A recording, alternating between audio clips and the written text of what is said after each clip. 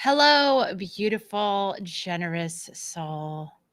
My name is Heidi Esther, and I am here to welcome you to the first edition of the first virtual edition of Women Community Leaders by the Junior League of Champaign-Urbana. What is Women Community Leaders? It is a woman's storytelling platform where we invite women community leaders from our local area to come and kind of pull back that curtain and share their beautiful, authentic, challenging leadership stories. Why is this important? A lot of times as women, we show up as leaders and it's different than what we have been shown leaders need to be like. So it is one way for us to claim that unique leadership blueprint that we were given. And second, community. These women community leaders are dedicated on a grassroots level to all different causes in all different corners of our community. It is so important to amplify their voices so that you may know a new cause or a new type of burning desire that is on your heart. So you may follow through their footsteps and blaze your own women community leader blueprints and trail. So without further ado, we are going to hear a few words from our Junior League of Champaign-Urbana president, Michelle Marquardt, about what is the Junior League. Michelle, welcome. Hi, everyone. Thanks, Heidi, for hosting this today. For those of you unfamiliar with Junior League of Champaign-Urbana or JLCU, I'll just give you kind of a brief overview about the organization. Forgive me, I'm a little bit under the weather. So JLCU is an organization dedicated to advancing women's leadership and creating meaningful community impact through volunteer action, collaboration, and training. So we welcome all those who identify as women, and our goal is to promote and perpetuate social change here in Champaign County, in our community. And we do this by empowering women and providing leadership training. We're giving women the tools to get involved and to put their talents to work, but also to learn new skills that can either benefit them in their own careers or benefiting them by by helping them join other organizations. So we do officially start our new league year in September when we start our general membership meetings, which we usually have on a monthly basis. But we do try to alternate those with volunteer activities and also social activities, networking activities, and trainings. But we will have some social activities and recruitment events over the summer. So keep your eyes open for those. We'll promote those on our social media accounts. And basically, we're just a welcoming organization, and it's a great way to get involved, especially for those who are new to the community or just want to learn more about the community and what all we have to offer. So I definitely recommend you checking us out. That's great. Hey, Michelle, where can people find more information if they want to get involved and kind of into the Junior League? Yeah, so we have juniorleaguecu.org is our website. And like I mentioned, we're also on Facebook and Instagram if you search for us on there. Wonderful. All right, Michelle, thank you so much for joining us and feel better soon. Thank you. All right, take care. All right. We are back. It's always so wonderful to be in the presence of Junior League leadership. There is no amount of inspiration and dedication and generosity quite like is found in the leadership and the membership of Junior League of Champaign-Urbana and other junior leagues, of course. So today is we had a bit of a shuffle in our speakers today. So There will be one person along with me sharing our leadership journey and our leadership stories. And if you have any questions, I will share my contact information at the end, and so will our other beautiful woman community leader so that you can get more involved. All right. So without further ado, oh, I think that the person had to, oh, there we go. Step away. Here we go. Without further ado, I'm going to bring on our fellow community leader. Woo! Good afternoon. Thanks so much for having me. You're welcome. So, can you introduce yourself? Tell a little bit. Can you give us like a teaspoon of who you are right now, like snapshot in this moment? Sure, right now in this moment. Okay, so my name is Gia Colasetti. My pronouns are she, her, and hers. And I have kind of two main roles in our community, other than just being a community member and a wife and a sister and all those wonderful things that I get to have in my life. But I am the executive director of a nonprofit organization called Rape Advocacy Counseling and Education Services, also known as RACES. We serve 4 counties in East Central Illinois, so Champaign. Very fortunate to be in the same county as Junior League of Champaign-Urbana, but we also serve Piatt, Ford, and Douglas counties as well. And we do sexual violence prevention and response work, and also work with folks who've experienced stalking. And so RACES is an organization that is near and dear to my heart.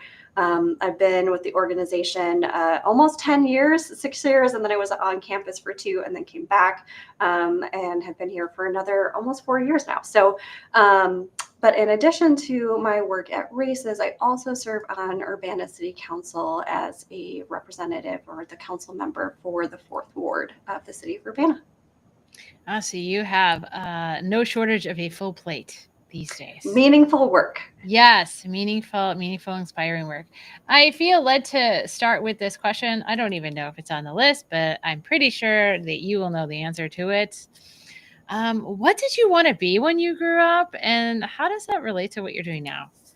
So most of my childhood, I thought I was going to be a veterinarian. I love animals and had a lot of different kind of pets growing up. And then going into college, made a pivot from kind of going the biology route into my undergraduate degree, which is in gender and women's studies. Oh, so what happened in that moment? That's a very good question. I don't know. It just somehow things clicked. My love of history, my desire for advocacy. I decided to go a different direction as I entered undergrad, and it confused the heck out of my science teachers too, but has been really meaningful and funny twist in terms of life. I ended up marrying a veterinarian who's a member of the vet med faculty at the University of Illinois now.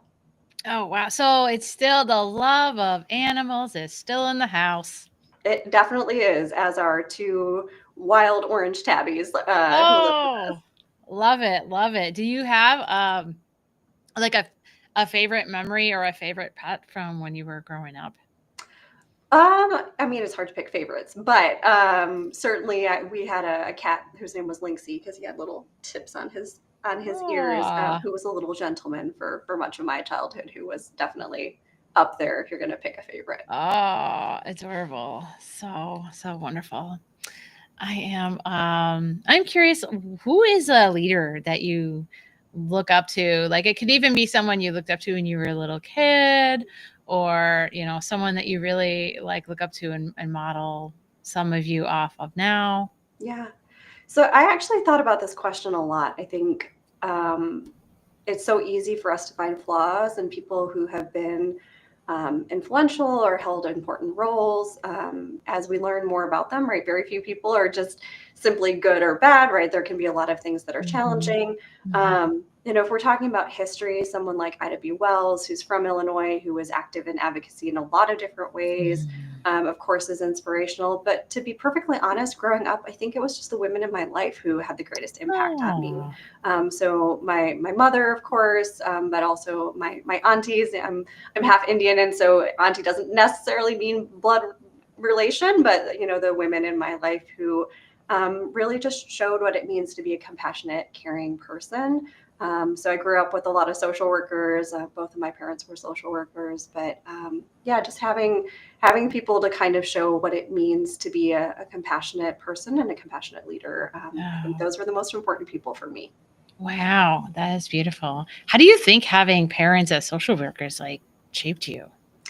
Yeah, so I think there's almost like an expectation around caring that I just took for granted, and growing up with that. But I also think it was an opportunity to see again the complexity, right? Like even social workers are not perfect people, right? That folks struggle with their own demons. That people can do a lot of great things and still have things that they're navigating too.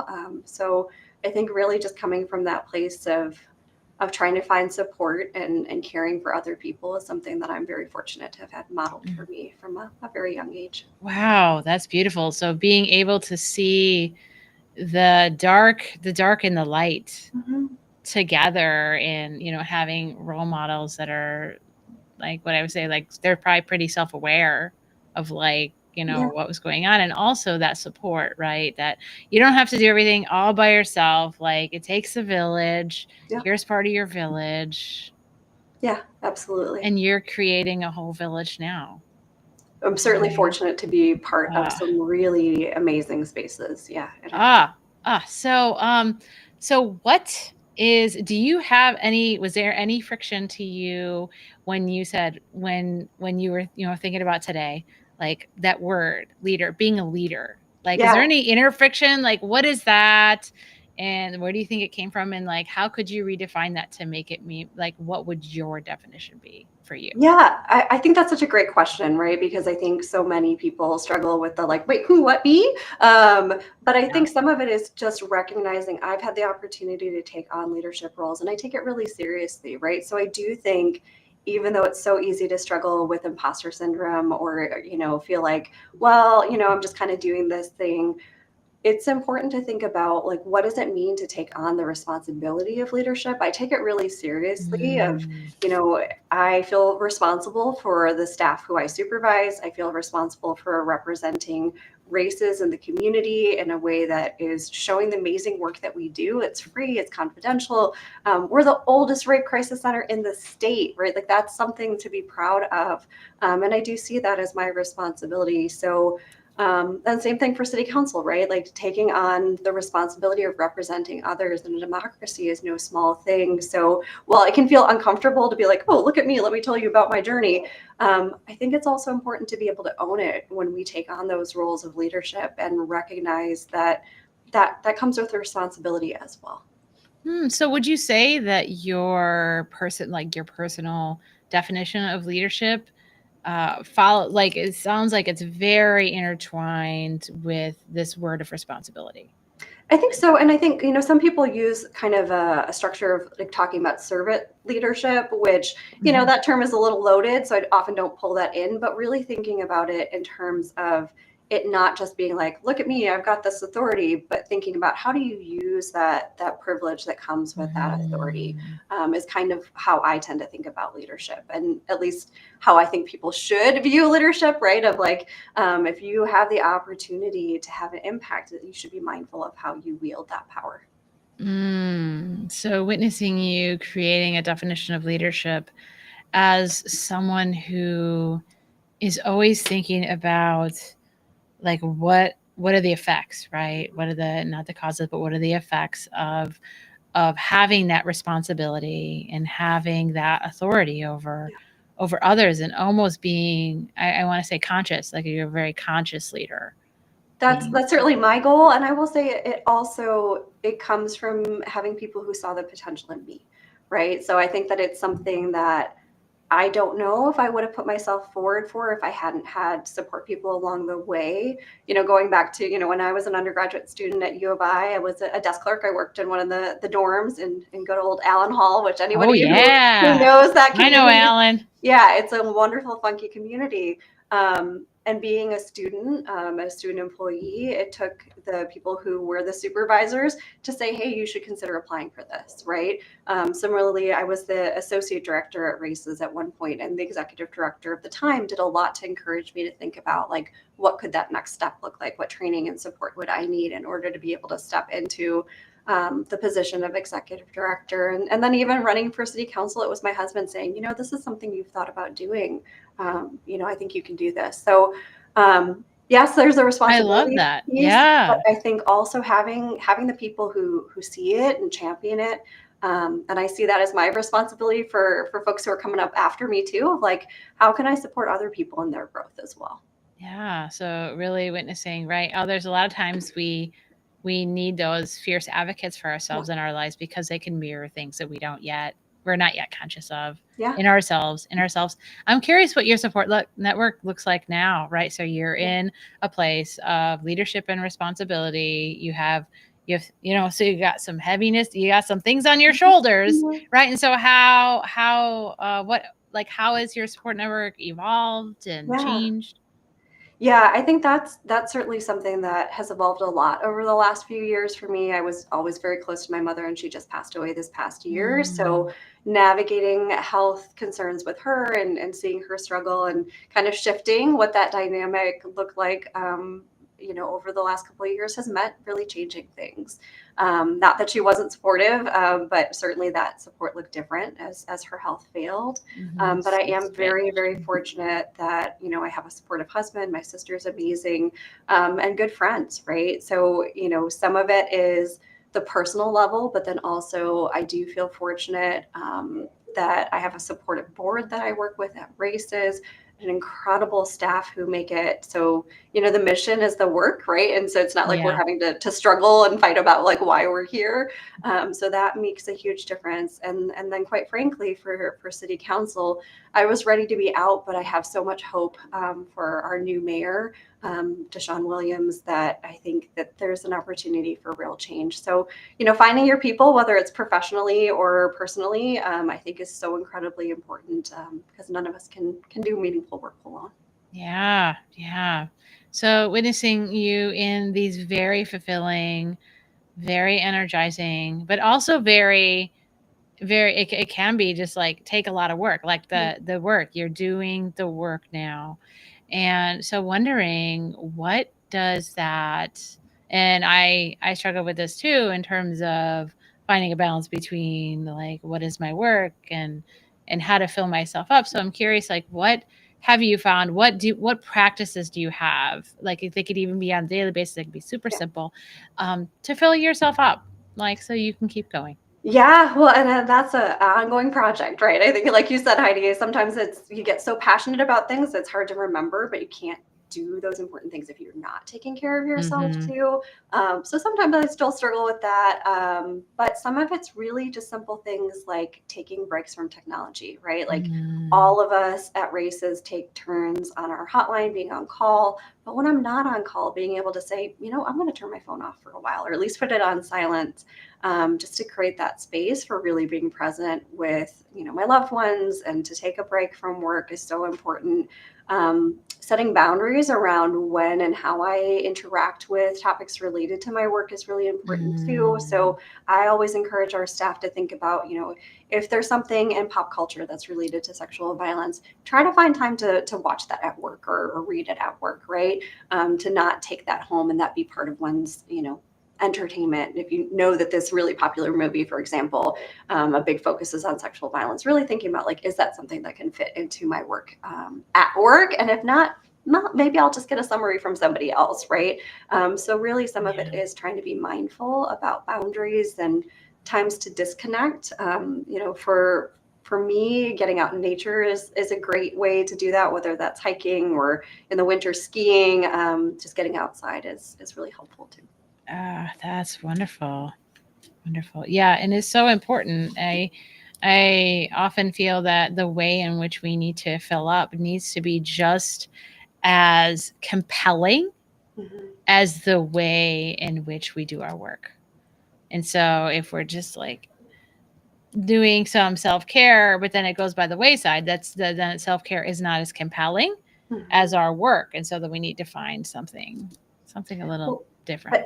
I And I love thinking about self-care in the way that Audre Lorde, who really first started talking about that term, meant it, which is as a radical act, right? Not just like Yes. bubble baths are great, but that, she was talking about it as a queer Black woman, what it meant to be able to say healthcare is something I deserve, right? Rest is something that I deserve. So I think really trying to think about how do we embrace that more radical idea of what self-care can be, and that sometimes it is saying no, right? Like that can be part of Yes. taking care of ourselves too, is having good strong boundaries around what we do say yes and no to too.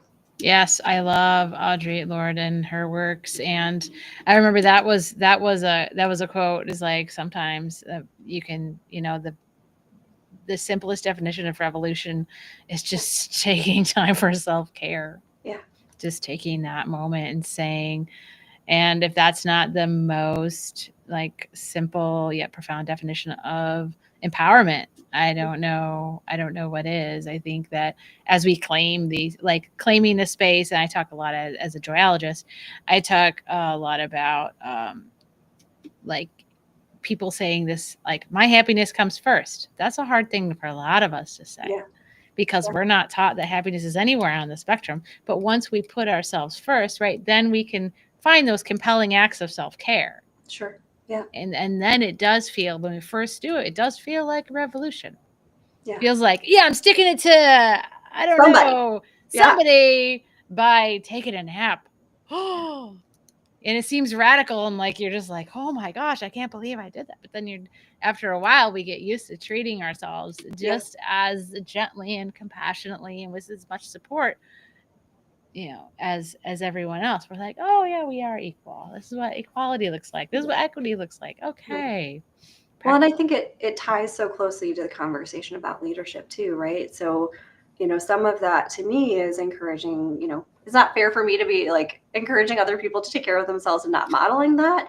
But then I also think that self-care is only part of the puzzle, right? So the work Oh related yeah. to sexual violence is a field with really high burnout. And I think some of that is an organizational issue too, right? So it's not just about the individual level, but I think some of it is also about what is an organization's responsibility for caring Mm, for the folks that they employ.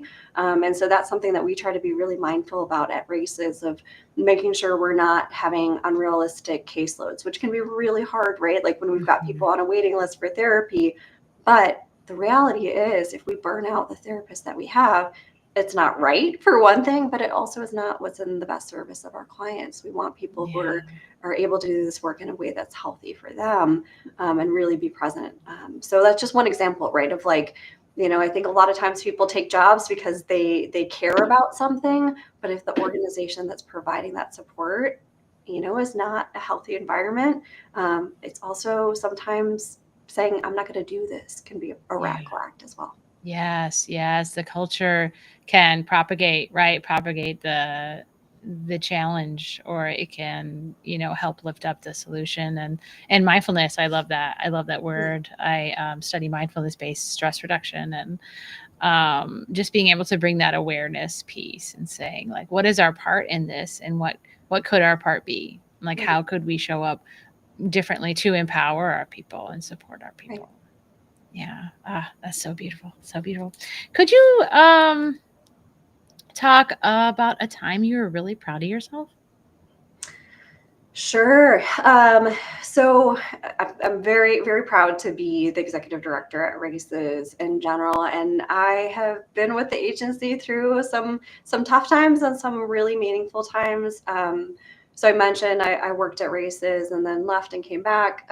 During that first time, I was here with the agency for 6 years. Started as a volunteer and then a prevention educator, and held a number of different roles. And while now we're navigating challenges related to the federal government, back during my first time on staff, we were navigating the fact that Illinois didn't have a budget, and went Mm, without a budget for years.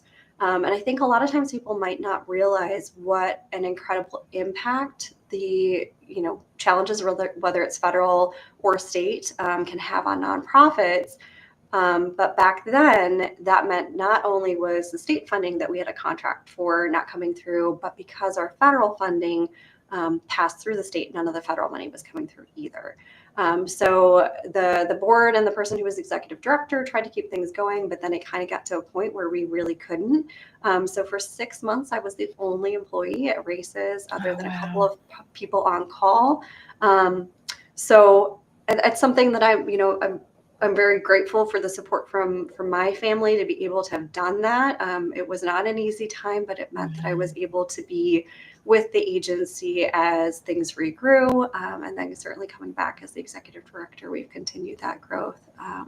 So that was certainly a moment in my life that will always stick with me. Of, The 6 months of last woman standing, temporary. Yeah. You were that bridge. You were the bridge from one time And to another. And really, the only reason that was possible was because of support from the United Way of Champaign County. They stepped in and said, we're gonna fund a position until things get flowing again. And that's one of the things that's amazing about doing this work in this community, is there are always going to be so many requests for support from our local funders. But my goodness, you want a community that is tapped into the needs and responsive. Champaign County is that community. That is so beautiful. Little props to United Way of Champaign County there. Absolutely. I love that. I love that. How would your friends or colleagues, friends, family, colleagues describe you? Yeah, so I think that's a great question. I think there's kind of the competing, like I can be very easily stressed out of we gotta get all these things done, but I can also be really goofy. So it might just depend on the day and how overwhelmed I'm feeling. But yeah, I mean, I think there are usually moments for levity as well. We had interns actually back during the budget impasse who created little things with our names on them and ascribed different words for each layer or letter. So they picked jocular, ally, Yoda loving, and authentic for Yoda loving. All right. Yeah. I guess it's a belated May the 4th be with you. Indeed. Yes. Yeah. Okay. What was the last A? I'm sorry. Authentic. Authentic. Yeah. Wonderful. Wonderful. That is beautiful. That is beautiful. I think I got a Mother's Day gift at some point down the line where my daughter, I didn't even know she knew my real first name because Mom. Right. Yeah, she wrote my name and wrote different qualities. And I was like, oh wow. I guess she does know me. Yeah. This is amazing. So great. So great. What do you think that, what would mission fulfilled, mission success be like? Or maybe here's a better question. What do you want your legacy to be? Oh, that's a great question. So I would be incredibly proud if I felt confident that whenever I, move on from being the executive director at Races, the agency has the range of funding that it needs to weather any future storms, right? So that's been a process for us of, when you're a heavily grant funded agency, things can go up and down, right? And we haven't reduced staff again. You're certainly not back in the impasse, and that is something I'm really proud of too. Is last fiscal year we lost a quarter of our budget because of federal cuts, and we didn't lose a single staff member. So that in terms of leadership moments is something I'm very proud of too. I know other rape crisis centers lost half of their staff, up to half of their staff because of that cut. So, the board and I are always working on, how do we continue to fill any gaps in services that exist, but then also set it up for even stronger sustainability in the future. That's beautiful. That's beautiful. Do you have any thoughts about how you would like to leave a legacy outside of Races? Outside of Races? Oh, that's a great question. It's a really good question. Obviously, being on city council has been really meaningful too.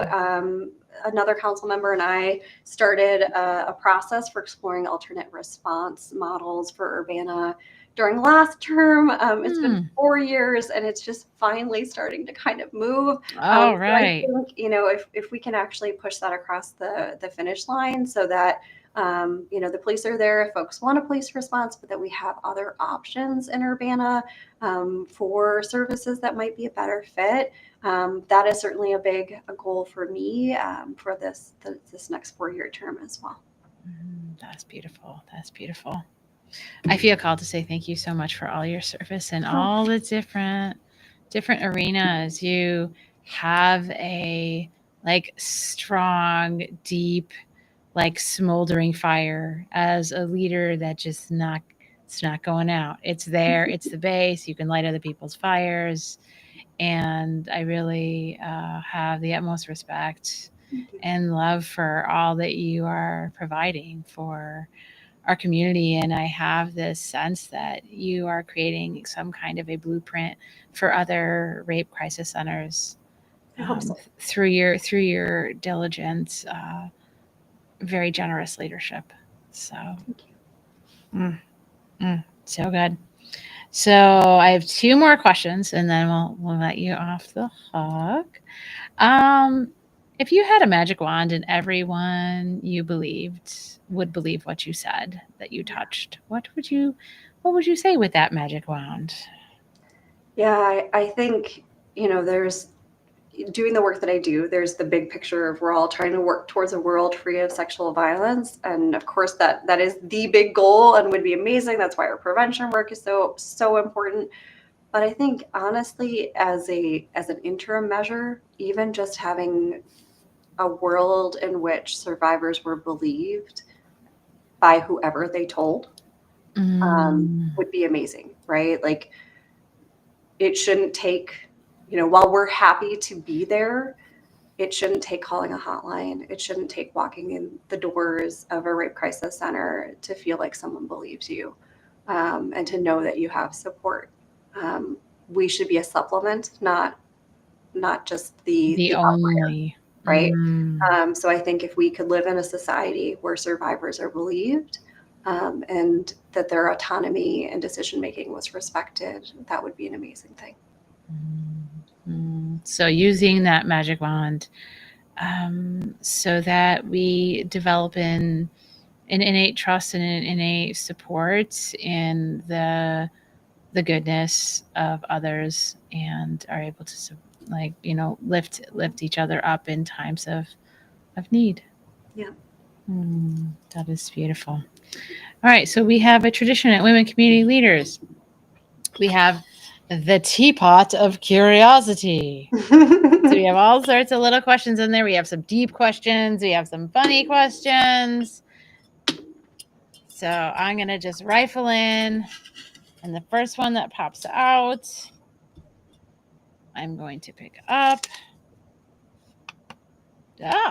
Okay. Are you, like, in what way, or are you spiritual or religious? And what beliefs or practice, like, regardless of the answer to that, I guess, what beliefs or practices do you have that help you keep the faith in yourself, keep the Yeah. faith in the world? Yeah, so I don't adhere to any particular religious framework or anything like that. I do have cultural ties to Hinduism because my dad and all of my dad's family are Hindus, so there are certain practices that are important to that side of my family. Hmm. And I will say that those traditions and also the fact that my husband has studied Buddhism certainly inform my way of processing things and navigating the world. I think even just the practice of having pujas to recognize specific moments, especially for loved ones who have passed, is really meaningful. And having opportunities to celebrate some of those traditions as well, is a really important part of certainly my life. And while it's rare for me to be able to go back to India to see family because it is so far away. Being able to be part of those practices while they're, including the fact that my husband and I did have an Indian wedding. Those are really important pieces of my life. Beautiful, beautiful. Thank you so much Thank for you for coming having on me. and sharing your story. So, where can people find you, find races? Yeah. So me, I'm around. I'm at races or city council, or again in the winter, I might be off skiing somewhere. But otherwise, I'm happy to be here in Urbana. In terms of races, probably the easiest thing is to look at our website, which is cu-races.org. My contact information for city council is listed on the City of Urbana's website as well. Or people are welcome to connect with me through LinkedIn, or my professional email is executive.director@cu-races.org. And then also for folks who might want more information about races or support, whether someone's a survivor or someone who's supporting a survivor, we do have a 24-hour hotline, which is 217-384-4444. And that's Wonderful. available anytime. Wonderful. All right. Well, we will, with the replay of this, we will make sure that all of that information gets in and gets out to our community members. Okay, thank you so much again for coming and sharing your bits of your leadership story, and may you continue to shine that determined, bright, brilliant, generous foundational light that we need so much in our community. Thank you so much, Heidi. It's been All a right. pleasure. Take care. All right. So we are down to me interviewing me. I will try to surprise myself with a couple questions. I do identify myself. So a snippet of what I do in 1 minute or less. I am a joyologist. I am an emotional intelligence life coach, consultant, and trainer. I believe that those of us who take care of the world, us big, generous helpers, that we also deserve to live lives that where we experience joy, where we don't experience stress and overwhelm and burnout and hamster wheel and all of those words.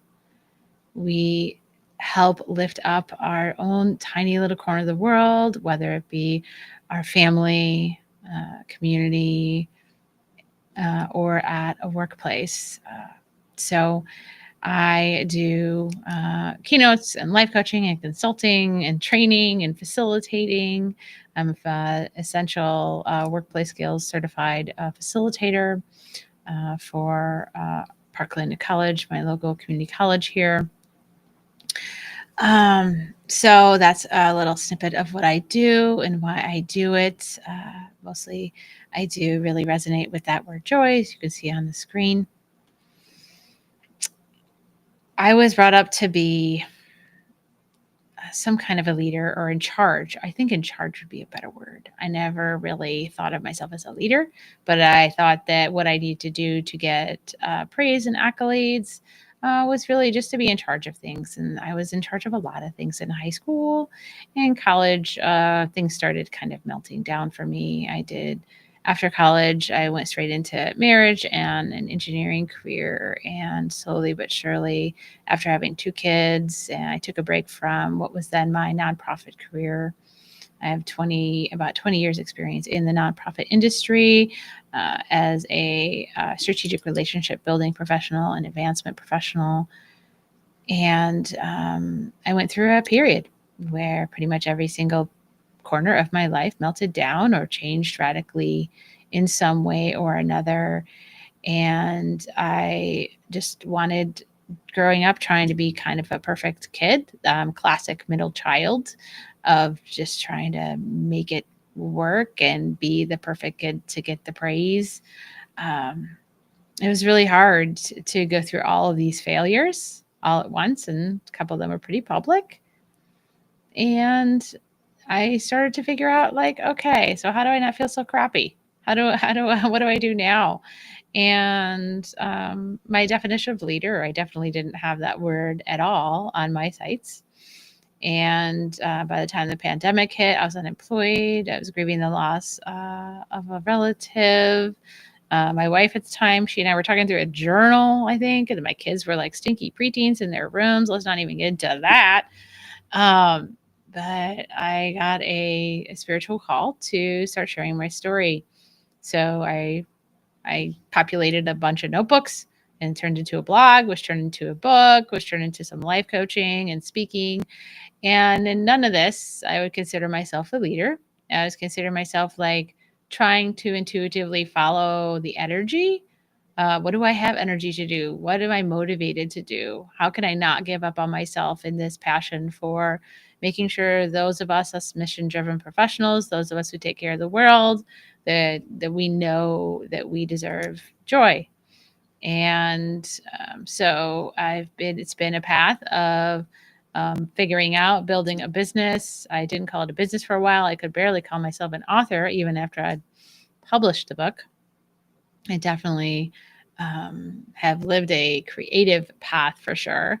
And during this time, I kept coming back to connecting with people and finding real support, but also a place in spearheading groups in the community so that voices are amplified. And I do this through the Women Community Leaders. I do this through being a member of the Founding Females, which is a woman entrepreneur and business owner community that's based out of Peoria. I am doing this through spearheading a group at my local Chamber of Commerce for women. I'm doing this through being the chair of a local scholarship fund at my community college called Women of Impact. And so I would say that it's only as of late that I've really been able to claim that word leader as what I am doing in my life. I am much more comfortable with the words connector or supporter or team member. Behind the scenes, that was like totally classic Heidi. Behind the scenes, especially as a fundraiser, you're used to putting things on and making those connections and just letting people shine and causes shine and clients shine. And so that word leader has been a big word for me. So even now it gives me a little crick in my back saying like, are you? So giving myself permission to just be the kind of leader that I am in this moment today. So what do I love about myself? What am I working on accepting? I love that most people, there's no difference between me and my different spheres of my life. I am who I am, and I allow that person to change and evolve. And so I would say I'm a woman who's been on a journey from someone who had very no to little self-esteem or self-awareness and who's just trying to do everything for extrinsic motivation and for extrinsic validation. And through my decade, I call it my decade in life's funhouse, I was able to remember who I was and recuperate my self-esteem. And so it has become a bedrock in which I realized that I am very resilient. I'm pretty unflappable. It takes a lot to really bring me down for any length of a period of time because my self-esteem is so strong. However, on this journey, my confidence, because I'm doing new things in like all the different spheres of my life, my confidence is down. I would say I had high confidence, low self-esteem when I was a little kid. And now I'm at a place of very high self-esteem and somewhat low confidence. And so I'm working on accepting that I am running my own race. I have my own time. I have my own kinds of energies. I'm not a super crazy fun ball all the time. And I'm kind of an ambivert. I guess I'm a highly sensitive extrovert. So accepting the fact that I do need alone time, but I just love being with people and helping people see their brilliant, generous selves. So let's see. If I had one superpower, what would it be? Wow. Um, if I had a superpower, I think I would love for everyone who is a brilliant, generous soul who views themselves as just, I'm just this, or I'm only this, um, to know that they are equally worthy of love and joy and rest and care in their own time.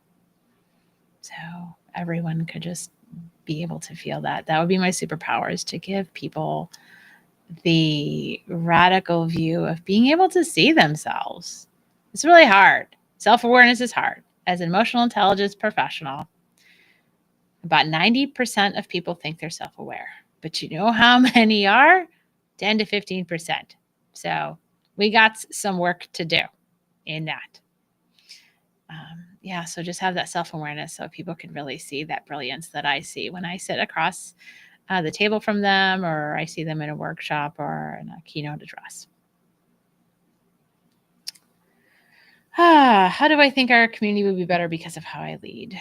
I love lifting up people. I hope our community will be better in terms of all of the souls that I come in touch with.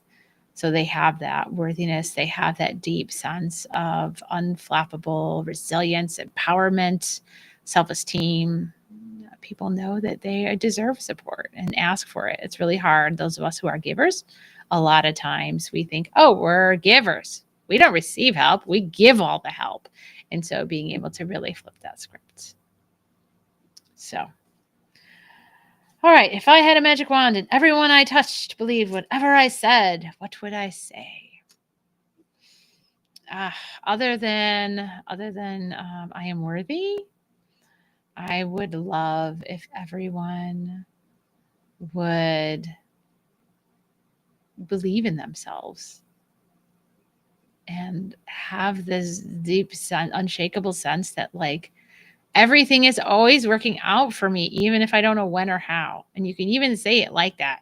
Like everything's always working out for me, even if I don't know when or how. And that's exactly how I say it sometimes, because sometimes life throws us real curveballs and we're in the middle of the forest and we can't see we can only see the trees and we can't see what the grand scheme is. We can't see what that next turn is up that is full of light and delight. We just see the dark shadows and the challenges that are in front of us. So, all right, I'm going to pick myself a thing out of the teapot of curiosity, which, by the way, this was a teapot. It was my grandfather brought it back from being in World War II. He brought it back from my grandmother, and so there's some in it. Then it belonged to my uncle, who's a prolific artist who never found a way to express his art in a way where he didn't also have to be a pipe fitter. But so lots of good juju in the teapot. Oh, what's your go-to comfort food when you need to pick me up? So I have no Italian roots, but I will say spaghetti. It was also one of my favorite meals growing up as well. So I am a spaghetti girl, but if it's an everyday food, then this girl loves some dark chocolate.